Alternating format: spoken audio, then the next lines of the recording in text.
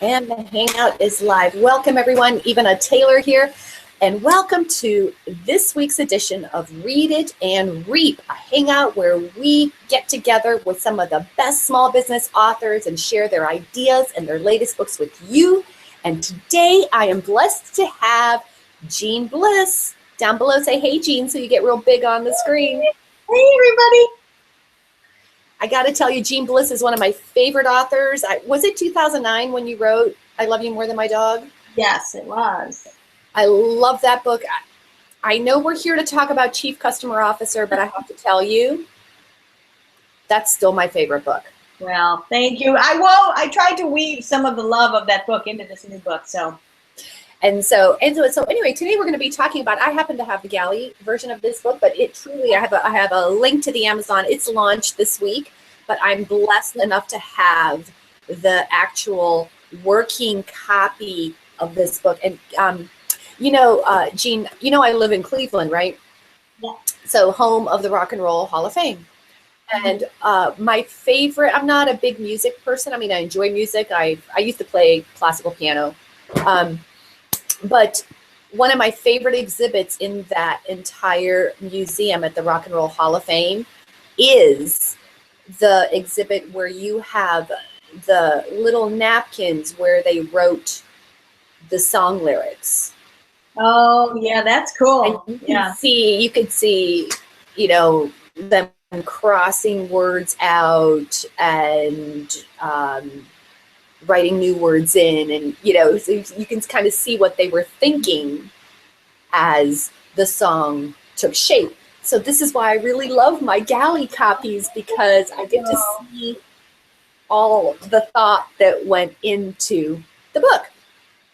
So as we get started, let me pull up my little cheat sheet. Okay, and I'll show you. Here's the real book. There we go. There it is. And I know there's one on its way to you, so I apologize. We got them, and then we had to send 500 of them immediately to the Net Promoter Conference where I gave a keynote. So I got one. So now we've got more coming in, and we're going to send them out to people. Not a problem. I'm perfectly happy. I think I'm perfectly happy with my galley copy. It's really awesome. But, one of the things that I do, and I know this is really, well, maybe it is a kind of a customer thing. One of the things that I do, since I do review so many books, is I love getting multiple copies, because then I share them with my clients. Oh, right. Yeah, that's right. So even having read this book, I already have a few clients that I know will absolutely love it. Oh, great. Thank you. So awesome. So I really want to do a sort of a timeline for folks. I'd love to set some context for our viewers. We talked about your previous book, but it says Chief Customer Officer 2.0. Right. There was a 1.0 of Yes. Chief Customer Officer. Now, Yes. I happened to, I Googled a couple things, and one of the things I ran into on like Amazon in general was I've got the first Chief Customer Officer, Getting Past Lip Service to Passionate Action, which was written in April 15th of 2006 publication. Yeah, I wrote it in 2005, and it published in 2006. So that's why I say 10 years later. You want me to show you? I can grab that. Do you want to see that book? Yeah, that'd be awesome. Let's see it. I'll be right back. And while she goes to get that, she's also written a few what I would call papers, I guess, and you can find those on Amazon too. There's one called Anatomy of Dysfunctional Customer Relationships. There's another one called Apology and Forgiveness, How to Regain Customer Trust When Things Go Wrong. That came out in 2009. I'm giving them a little list of all the cool things you've written. Cool. Did you hear that? I have a lot on my blog, which is right now CCO Coach, but it's going to be, I have a new website coming out, and it's going to be connected to Customer Bliss going forward. Awesome. So show us that book there too. There it is. That's the first book. And then we had the dog book. Right. Now we have this book. And now you have this book. And so one of the things I was telling the viewers here is that there were also a couple interesting, I don't know if you'd call them papers or articles that came out, this anatomy of dysfunctional customer relationship. Right. And apology and forgiveness, how to regain customer trust when things go wrong. Right. That was a manifesto that we did for Change This Manifesto.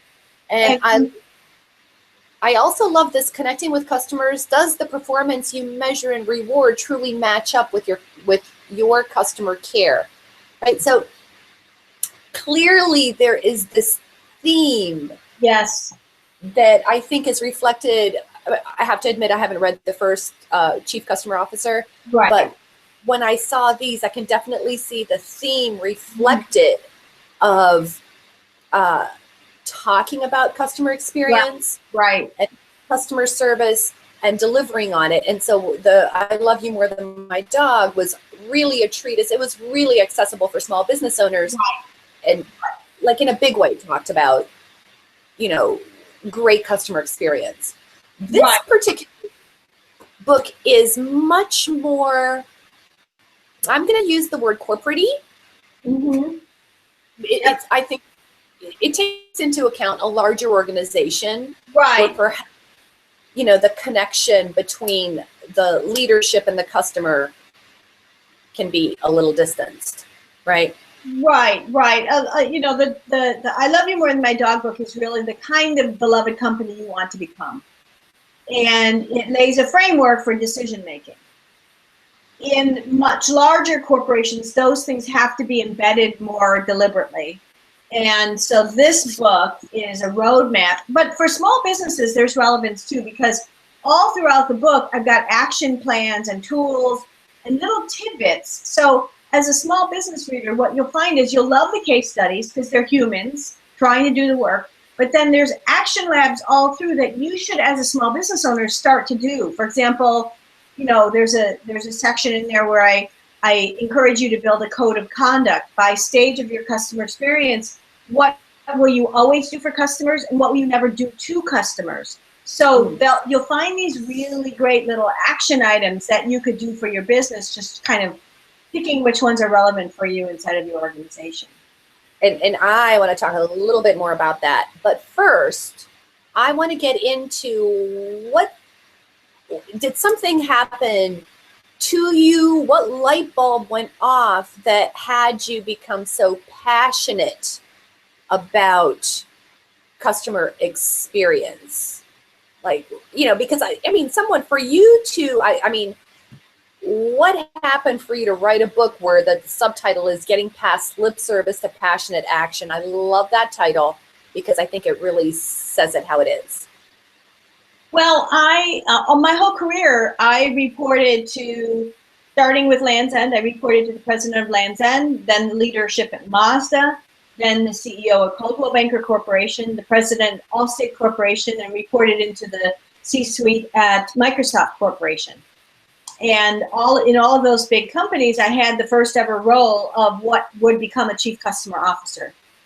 And so when I left all those corporate businesses, that's why I wrote the first chief customer officer book, because I wanted to write the guidebook I wished I had on my desk when I was pushing the rock up the hill in all these businesses. I wanted to help other people, because I left in 2002 Microsoft, and this world was just starting to explode. It was really misunderstood.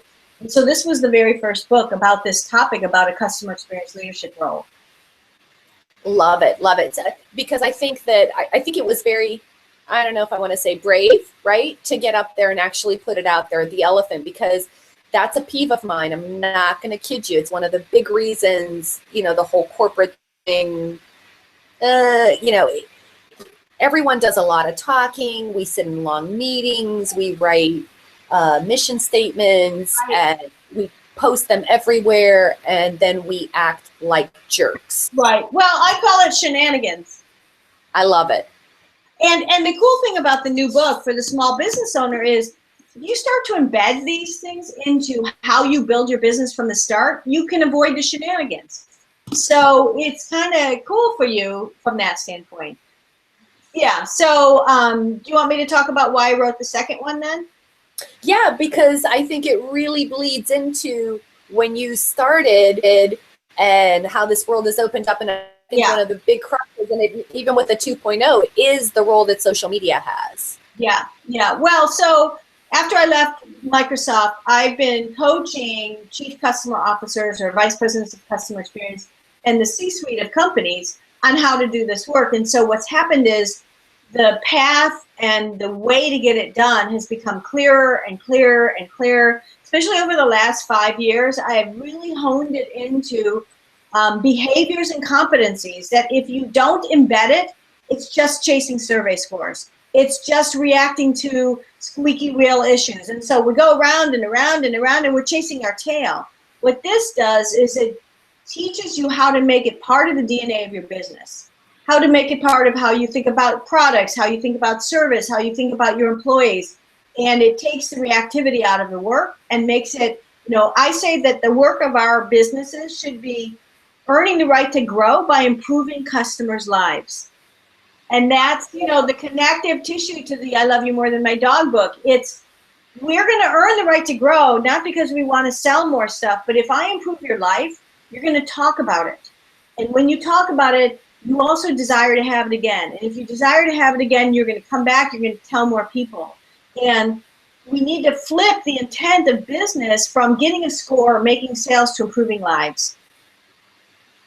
I love that, because I actually had that question on there. That was one of my favorite things. See, I even dog-eared it in here, where you're talking about, and I do a lot of work with whether it's customer satisfaction or whether it's, and you were just at the, what did you call it, the Net Promoter Conference, right? I gave a keynote there. It was really fun. Yep. Yes. I wanted to talk a little bit about, I really want to talk a little bit more about lip service. Okay. Right? How does lip service actually happen, and how does it, I want to say, how does it get in the way? Because you talked about embedding these things, right? And right. Clearly there's and we've all heard the phrase, what is it, du jour, right? It's like system du jour, program du jour, right? Or the shining object of the moment, right? Yeah. Exactly. And I can definitely, I already see it. I've been there, done that. People go off to a conference, they see the keynote, they get their book, and they come back and they're like, we're doing this. Yeah. Yeah. And this is where lip service starts, right? Because at that point, there's a decision. Is it going to be lip service or is it going to be action? So talk a little bit about that. Sure. Well, it's hard for any leader to say they don't commit to customers, right? And especially in social media now, it's, we got customers with the biggest megaphone in their hand. And so most leaders are saying it's one of their top corporate objectives.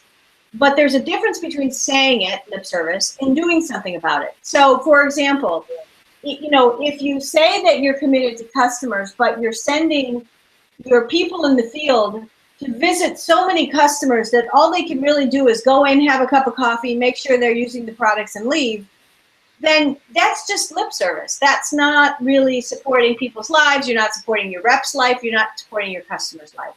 Right? So you've got to prove it to your employees and then prove it to your customers that you're starting with their life and you're going to change how you do the work of your business. Well, your message is getting through. I just want to share some of the comments that we've got from our audience.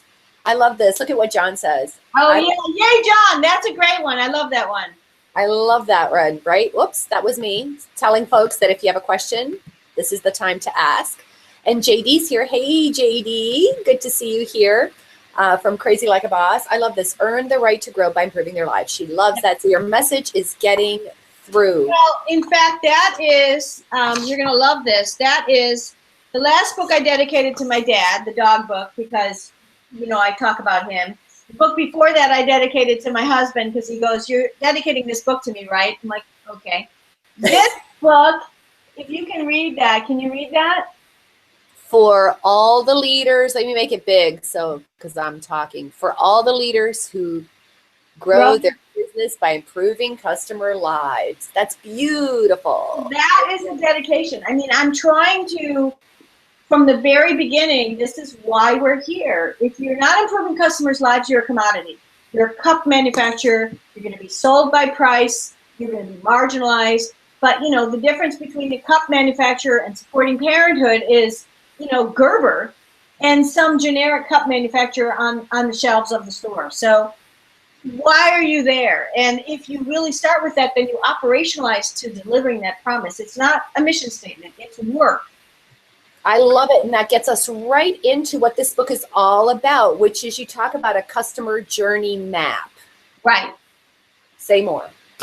Well, that's the second competency of the book. And what I want to teach people is to tell the story of customers' lives, but to do it in a deliberate way. This isn't about, oh, we got this letter from customers and let's read this bleeding heart letter and I'll go around. So one of the most important vehicles for doing that is understanding, and even in small businesses, that your customers are trying to do distinct activities across their traveling journey with you. So, you know, if you're a pet company and you're a pet hospital, or you support people with pets, there's a stage where they say, I love my pet, I want to take care of them. Then there's a stage that says, I need to take my pet somewhere when I go on vacation. And then there's a stage, I bring my pet to the place. You know, in each of those stages, there's emotions: worry, concern, wanting to understand. If you start by knowing each of those stages and knowing the emotions that you need to flip from positive to negative, from negative to positive, what it inspires to you is, okay, what will I do deliberately to earn the positive emotion? And so what it becomes is a business decision blueprint, which is so fantastic, especially for a small business owner. Instead of having what I call a helicopter mission statement, what will you do in each stage to earn the right by stage to the customer's emotion and to allowing them to achieve what they want to achieve?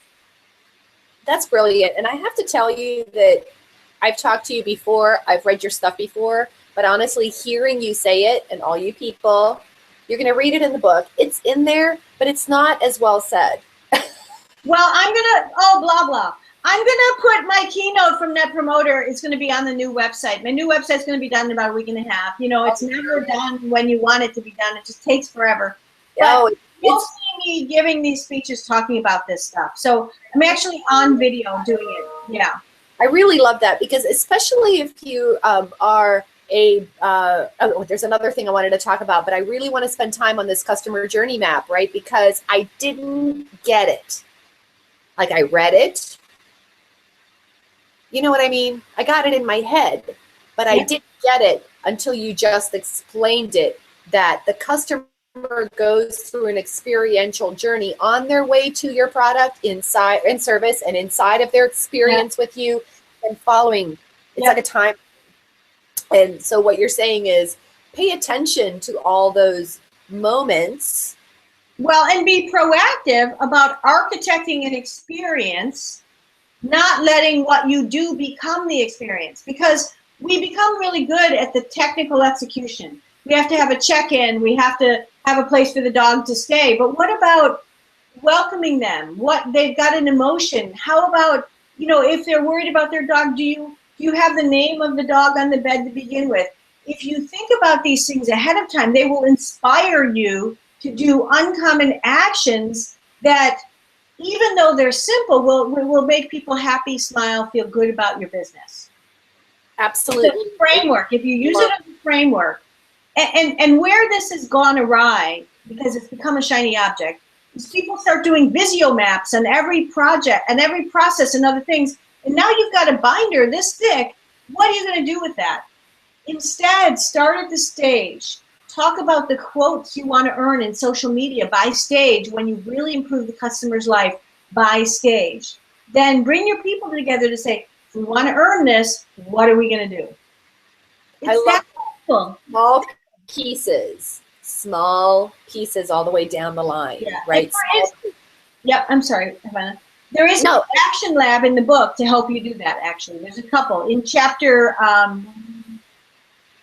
it would be chapter 4 on competency 2. There's a whole bunch of action labs to help you actually facilitate that. And I love those. I have a couple that are really my favorite. So why don't we go ahead and do that? Why don't we take some time and talk about there are 5 competencies.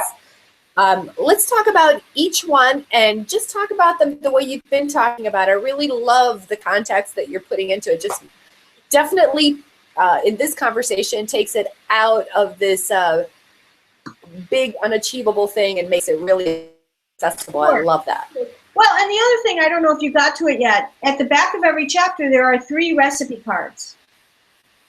And I love those. Yeah, great. The recipe cards are do these things as a team, and you'll start to change. And if you go on my new website, and this is, you know, I'm Italian, you can actually download them, and they look like old-fashioned recipe cards. So those are going to be on my new website. They're called customer-centric recipe cards, and you'll be able to download them on the front page. Oh, that's going to be fantastic. So let's talk about those 5 competencies. Because in the dog book, you had 5 beliefs. I know. What's with me in the 5? And now you've got 5 competencies. So let's talk about those. Okay. So the first one is starting by fearlessly talking about with your business what customers actually did versus what they say they're going to do in survey scores. And what this means is saying all of us across the whole journey, did we earn the right to growth? We brought in 40 new customers, but we lost 10 customers. What we talk about is sales. How many new sales did we do? But we don't do the math and subtract lost from new and the value of new and the value of lost to get the net customer asset growth. Now, a lot of companies use retention rates, and for me, that gives you a false positive, and it makes the customer a numeric equation. We need to make the customer a life, a human. And, you know, I think you've heard me talk about this before. Again, I'm Italian. I think it's Yiddish too. I want to create agita in your belly. We brought in 30, but we lost 12. We lost 12 human beings, left us. What happened? So it may not all, you like that, right? I love it. And I love it. I had on my little question list that I love your little defector pipeline. Yep. Yeah, isn't that cool? Well, and one of the things that we do, and this might be good for your audience, hi audience, is you do marbles. Did you see my thing with the marbles? So I think I missed one. It's in chapter 2, you'll see it. But it's create a little logarithm around what's the volume and value of customers. Mm-hmm. And present to your teams 2 bowls of marbles. This is our bowl of marbles equaling new customers' volume and value. And this is our bowl of marbles equaling lost customers' volume and value. And many times, both of the marble bowls are filled about the same, meaning we did all this work to bring them in, but clearly we didn't do enough to keep them. And if we had kept these people, that would have been our incremental growth. And then you know what else you can say, Ivana? We lost our marbles. Oh. Oh, you cracked yourself up, right? Sorry. So these marbles, okay, so I clearly, you know, I was like going through the book, right? So it's okay. I missed that little piece. So do the marbles, is like one marble equal to like some specific numbers? Yeah, the math. Yeah, there's actually a visual in the book. When you go through it again, you'll see it. Do you want me to try to find it?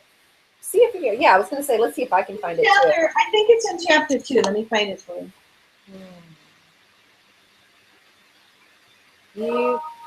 You audience talk about yourselves all the time. You found it. 55. 55, all right. 35. 35. Oh, I did see this. Yeah. I got it. I did see that. I got it. Yeah. I couldn't find a good bowl of marbles, so I put it in a jar of marbles. I thought jar is good. Jar is good. Proves the same thing. So that's actually an action lab that you can do, because what we find is we talk about customers always as this numeric, but the whole notion of this is to take the customer off the spreadsheet and link, these all start to link together to tell the story of customers' lives. So competency 1 is uniting your leadership team, no matter how big or small they are, to be fearless about starting every key meeting to say, we're here to grow this most important asset, which is our customer. This past month or a quarter or a year before we plan what we're going to do next year, here's how much we earned the right to growth. And besides the net growth or loss, you may see some behavioral shifts. So if you're tracking their data, let's say you've got customers who have bought 3 lines of business or products from you regularly, but now they've dropped down to only buying 1. Or they used to come in to get their dry cleaning every month and they've stopped. So you want to look at those shifts as well. And again, start with what they did. Most companies start with a survey. I want to start with the life and what the life did. So that's the power of competency 1. And it's also about caring about the why. Right. Why? What happened? And that's what connects now to competency 2. So if we know we lost 20 customers, now what we're going to do is use our customer journey stages to kind of backwards engineer what happened along each stage that created a lack of trust or a lack of value and started causing this shift in behavior. Does that make sense? Got it. Okay. Absolutely. And we went through competency 2. Competency 3 is this approach to really pressing your ear to the ground and listening. Again, not starting with surveys. Every time you're interacting with a customer, they're volunteering information to you. On social media, they're telling you all kinds of things. So just create a really simple categorization of how you can roll up this information. If you don't roll it up, it's, I read a letter, I saw a customer, here's a question. And it all feels like a mess. It's too busy, it's too many randomized. That's when people read a letter and they go do something. Or they get a piece of research and they go do something. And you're just acting tactically. You're not solving those complete experiences. Remember those complete experiences? You're not solving those complete experiences. You're just chipping away at one little problem. So you're saying that you should be, this listening activity, so to speak, is you're gathering this information from social media and you're compiling it? Like, what do you have? Like a wall, or is it all like in one place, or? Well, so you're starting to storytell. So you've got social media on your website. Your customers may tell you, certainly when they're in person. The first thing is to create common categories so it can roll up. Mm-hmm. The second thing is, instead of putting it in a dashboard or presenting it, and I'm going to talk to you about a customer room in a minute, is to start organizing it by what? By stage. Right. If you start organizing it by stage, you're going to get rid of the tendency of, oh, I run the storefront, so I'm going to only look at the things that matter to the storefront. Because if you're really going to improve customer experience, you've got to care about the whole thing from the customer standpoint. Right. So you, like, let's say on social media, you might start a stage where someone just says, hey, does anyone know a great pet place? I'm going on vacation, right? Well, And or they're talking about you and they're saying stuff they don't like about you, right? So you need to care about that and then organize it by stage of the experience of what you heard about your company. mm-hmm. Does that make sense? I think so. I'm just trying to make it sort of look live on the court, right? What these stages are, right? I can imagine the stage for searching for someone, and then there'll be comments about you. Hey, right. You should try, Joe's Pet Hotel. Right. They're really awesome. Your puppy's name. I called Joe's Pet Hotel 3 times and they never gave me a quote, right? Right. Or I brought my dog to Joe's Pet Hotel and the first time it was great, but the second time they didn't remember me and they gave my dog the wrong medicine. So right. If you just put it in one long report, you read and you read and you read and you read, and now your eyes roll into the back of your head, you don't know what to do. But if you take each of those comments, and comment 1 was about the decision-making process. The third comment was about the bringing in my dog experience process. The fourth comment was about the caring for my pet experience. Mm-hmm. And so what you can, and let's say you only have 1 of each of those. But let's say instead you've gotten that comment 15 times in social media. Now you can see there's a trend here.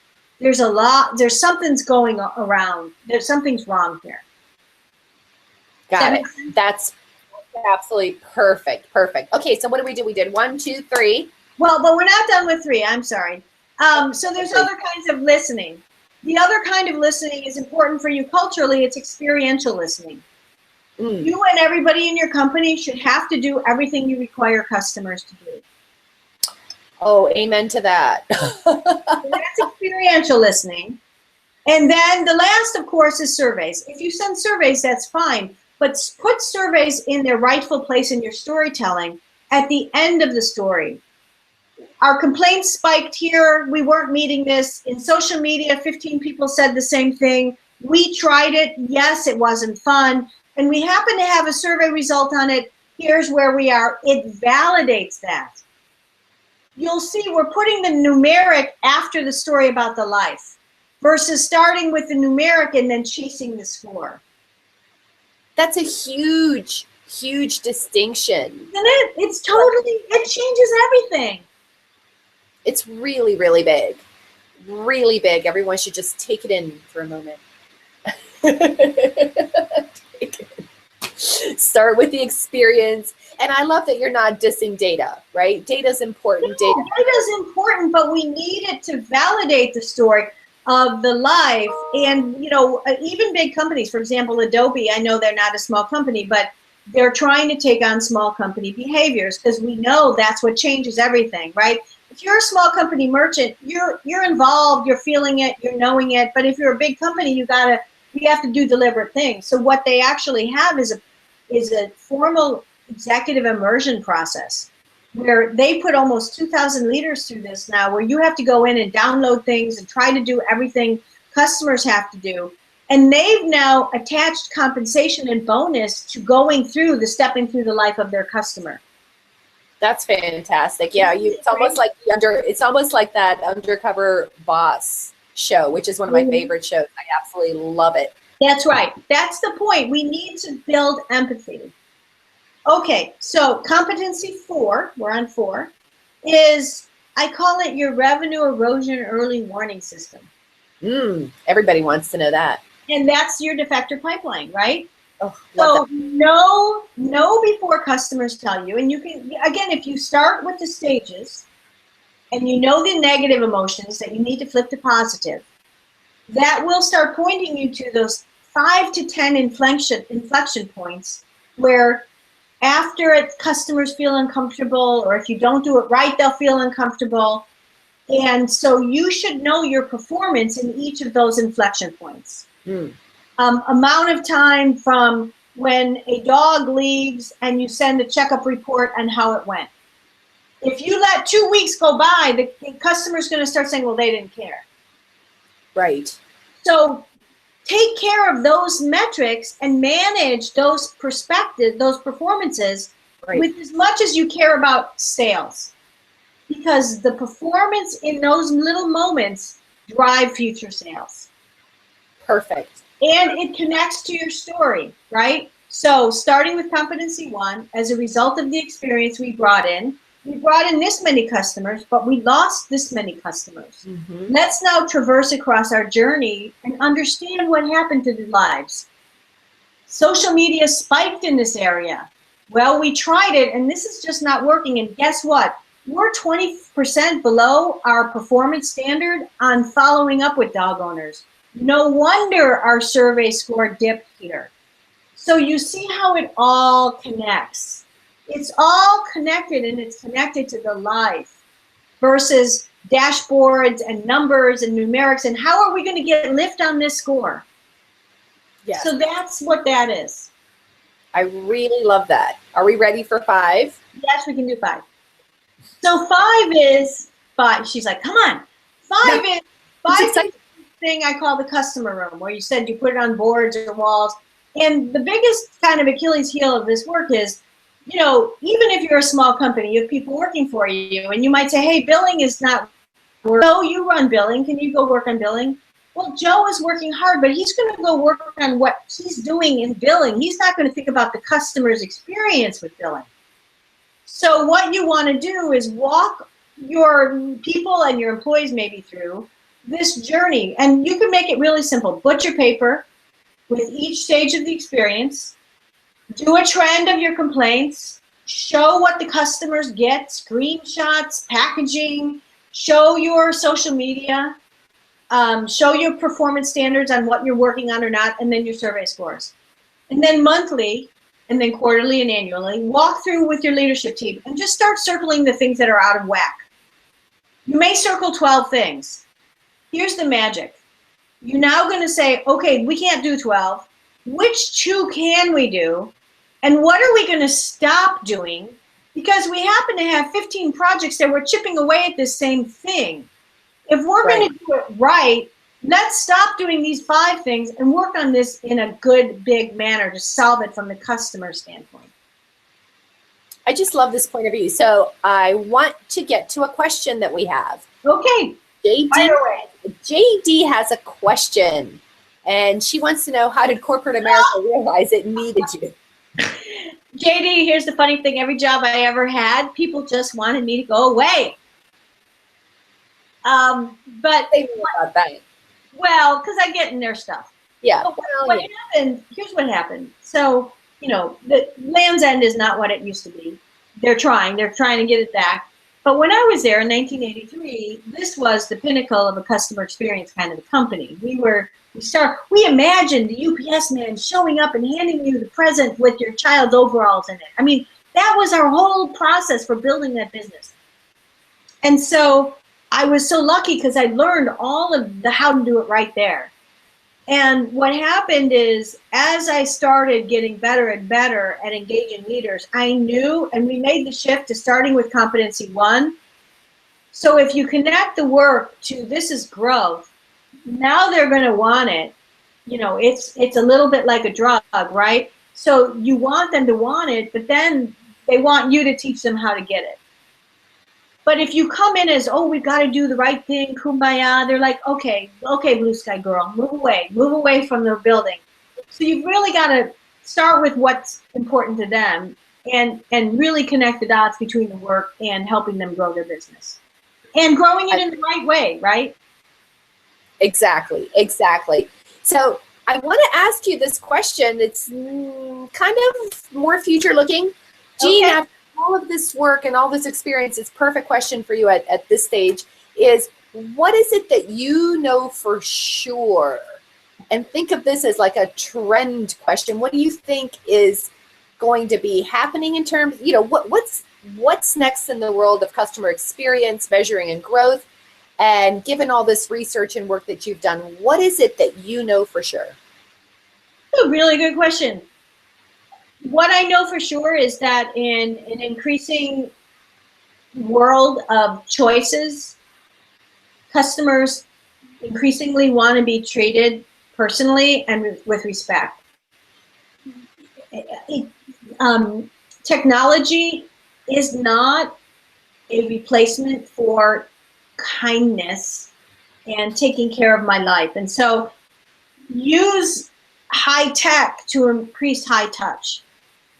Also, that's not going to change. Humans are humans. As long as there's human beings on the earth, we're going to want more options, but we're going to still want those options to deliver to us in a way that starts with our point of view.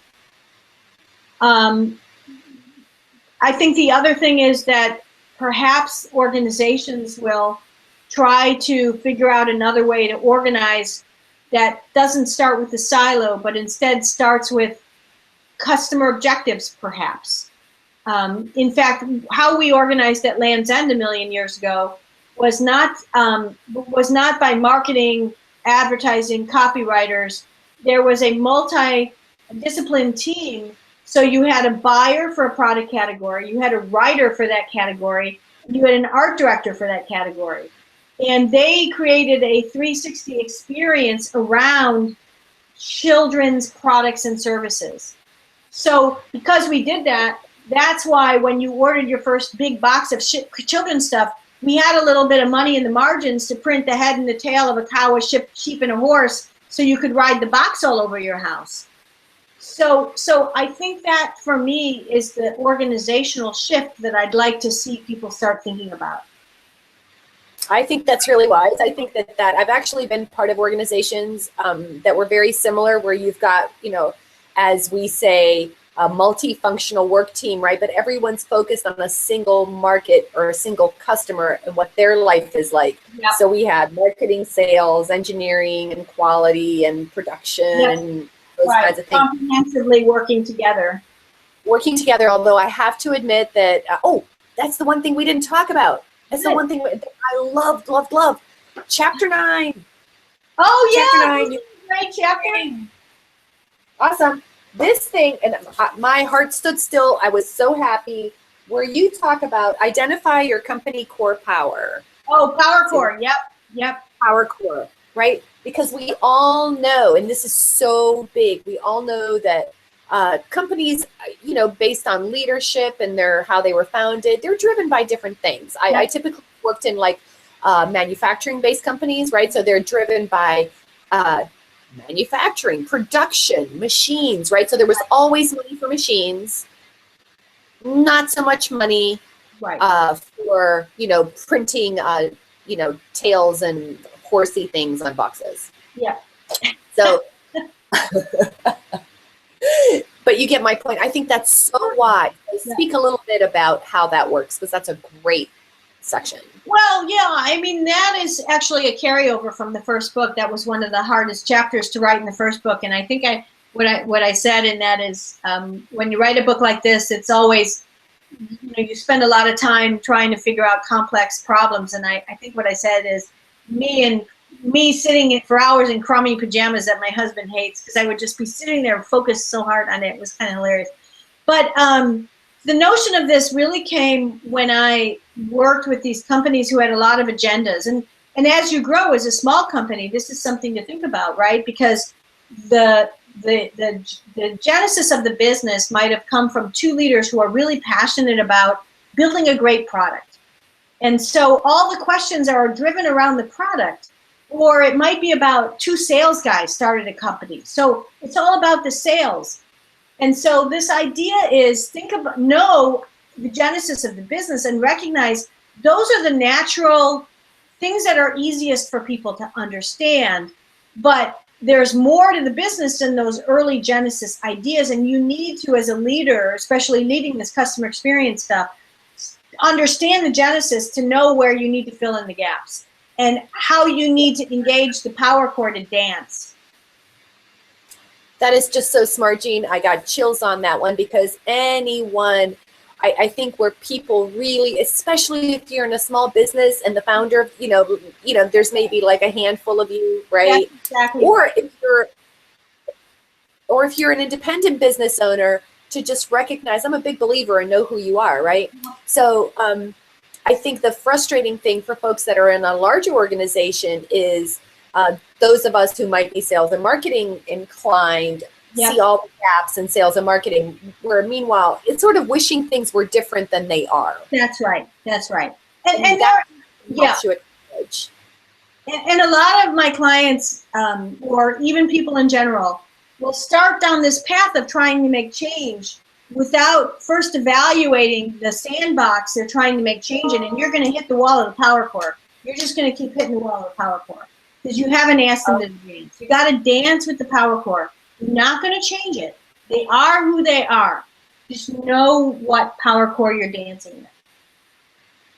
Brilliant. And I would love to talk to you more and more about this, because I still have lots of reading to do, clearly. But I really wanted to bring your message out to folks and make sure that they got the gist of this book. And again, the biggest thing I wanted to do is, you know, with small business owners, they're a rebellious bunch, all about entrepreneurship. But you and I had talked, and I know there's a lot of great information here. Yeah, there is.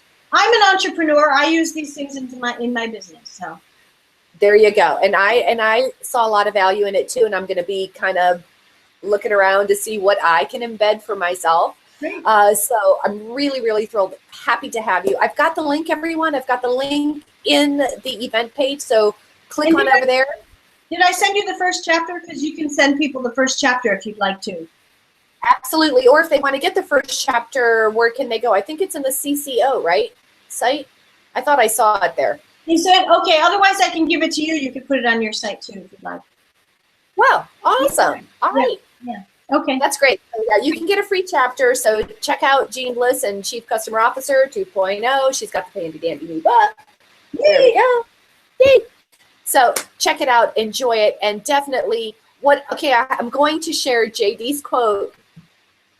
Tech is not a replacement for kindness, as you said. There you go. Wonderful. So, Jeanne, thank you so much. And thanks everyone for coming.